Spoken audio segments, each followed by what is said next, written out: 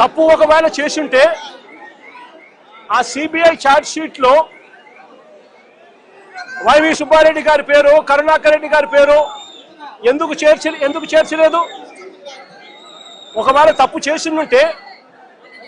చేసినట్టు ఒకవేళ ఆధారాలుంటే, తప్పు నిజమే అయితే వీళ్ళని ఎందుకు అరెస్ట్ చేయలేదు? అంటే సిబిఐ క్లీన్ చిట్ ఇస్తా ఉంది, ఎటువంటి తప్పు జరగలేదు అని వీళ్ళ పేర్లు కూడా ఛార్జ్ షీట్ లో పెట్టకుండా, వీళ్ళని అరెస్ట్ చేయకుండా సిబిఐ క్లీన్ చిట్ ఇస్తా ఉంది. ఎన్డీడీబీ ల్యాబ్, ఎన్డీఆర్ఐ ల్యాబ్, ఈ ల్యాబులు కూడా క్లీన్ చిట్లు ఇస్తా ఉన్నాయి.